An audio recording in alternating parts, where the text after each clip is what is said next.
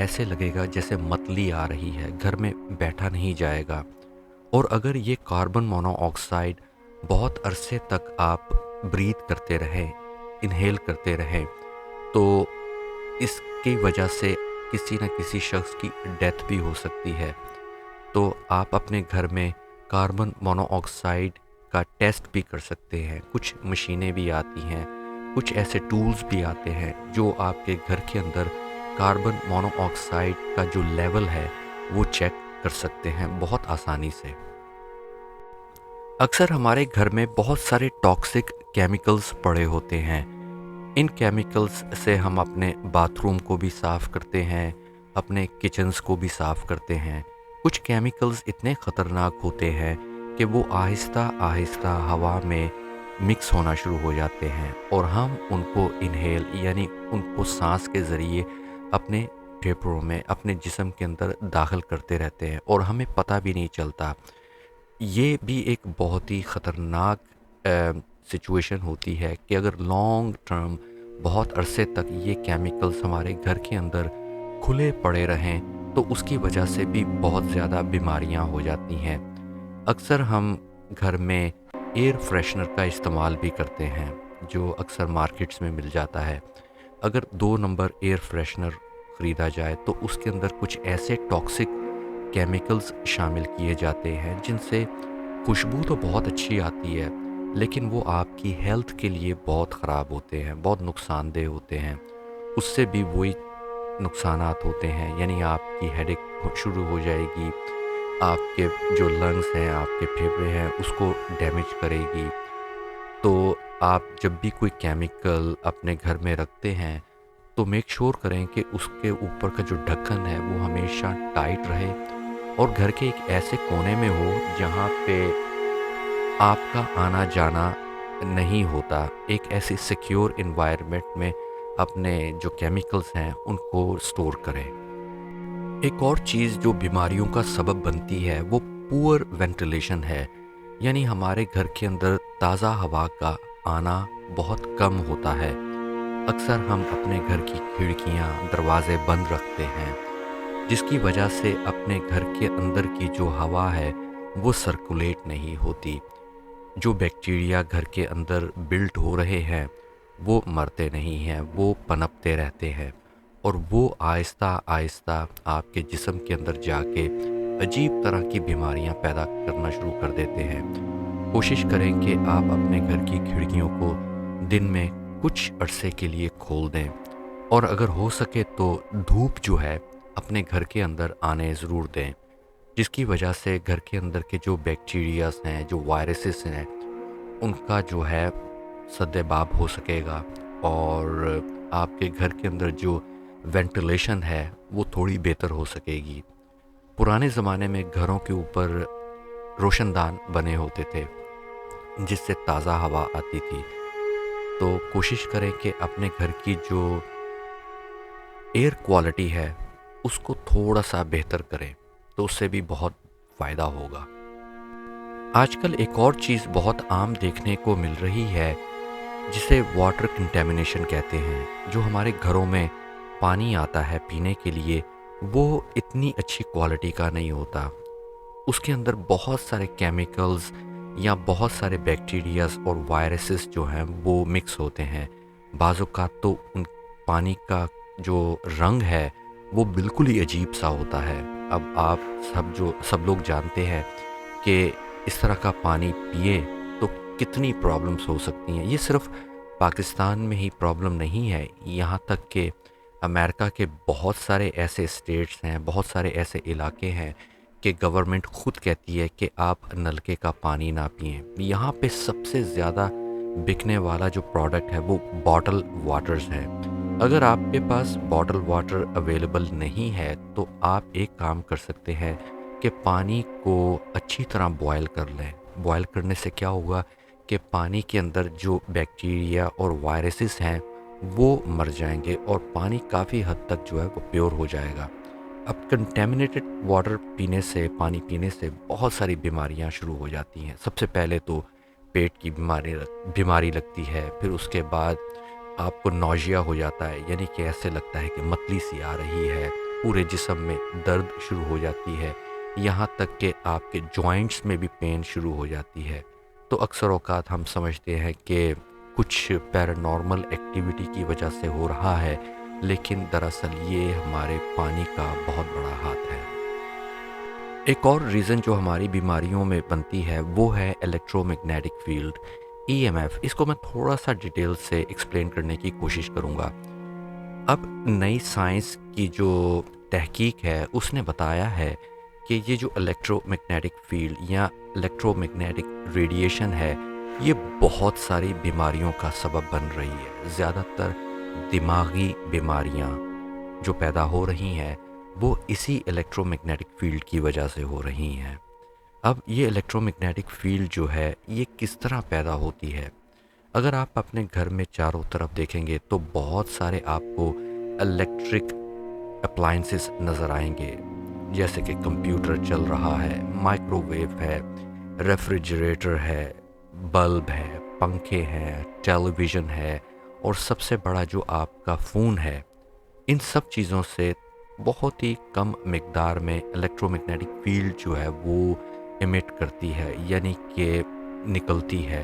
لیکن ان سب چیزوں کو جب کمبائن کیا جاتا ہے، اکٹھا کیا جاتا ہے، تو یہ اتنی زیادہ ہو جاتی ہے کہ جو ہمارے دماغ کے اوپر بہت زیادہ افیکٹ کرتی ہے، جس کی وجہ سے اکثر لوگوں میں یہ پایا جاتا ہے کہ ان کو ہیڈیک شروع ہو جاتی ہے، سر کا درد، آدھے سر کا درد، کرونک ہیڈیک، کرونک پینز شروع ہو جاتی ہیں۔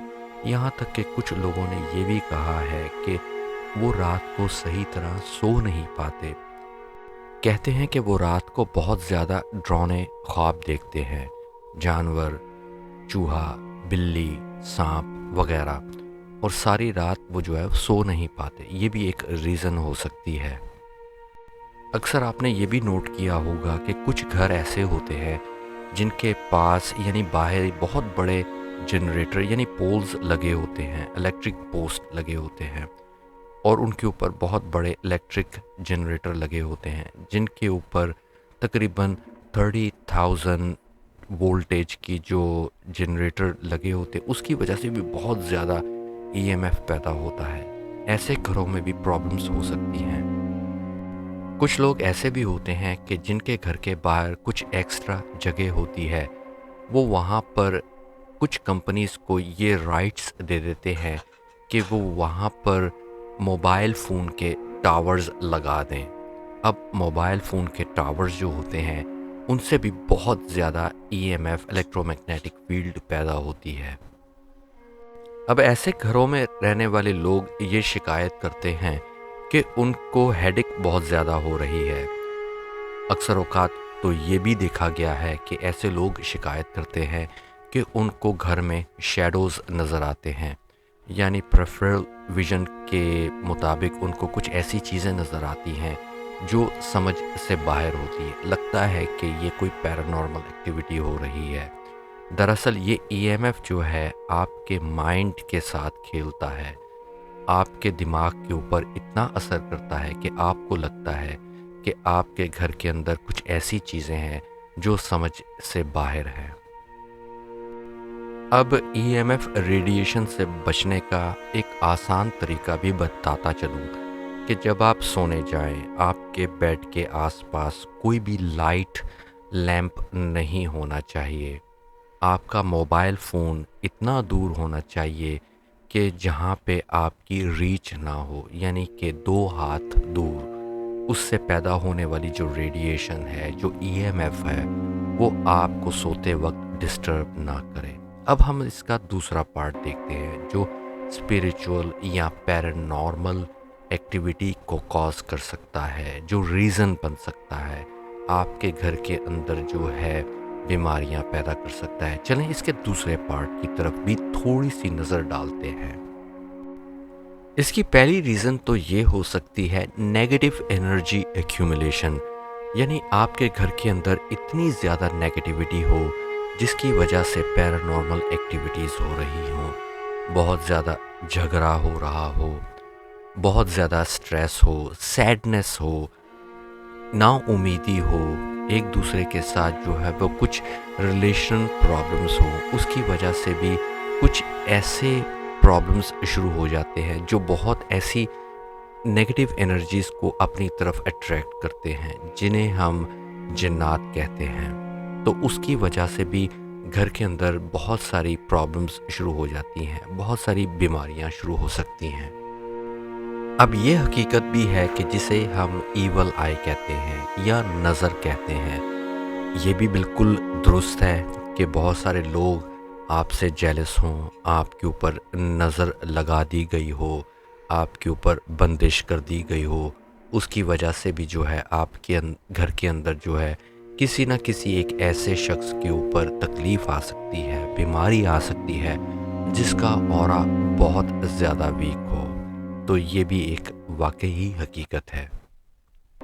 ایک اور حقیقت ہے جسے ہم کہتے ہیں کرس آبجیکٹس، یعنی کہ کوئی ایسی چیز جس کے اوپر بد دعا دے کر آپ کے گھر کے اندر داخل کر دی ہو۔ اب اس کا جو کانسیپٹ ہے ابھی پاکستان میں نہیں ہے، لیکن کرس آبجیکٹ کا جو کانسیپٹ ہے وہ یورپ، امریکہ، کینیڈا میں بہت زیادہ ہے۔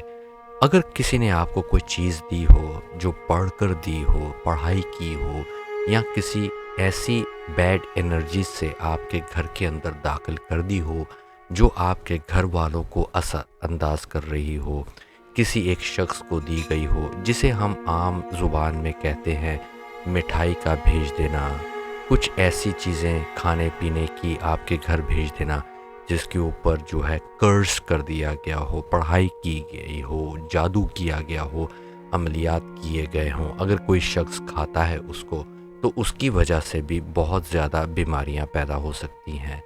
گھر کا کوئی ایک شخص یا بہت سارے لوگ اس سے افیکٹڈ ہو سکتے ہیں۔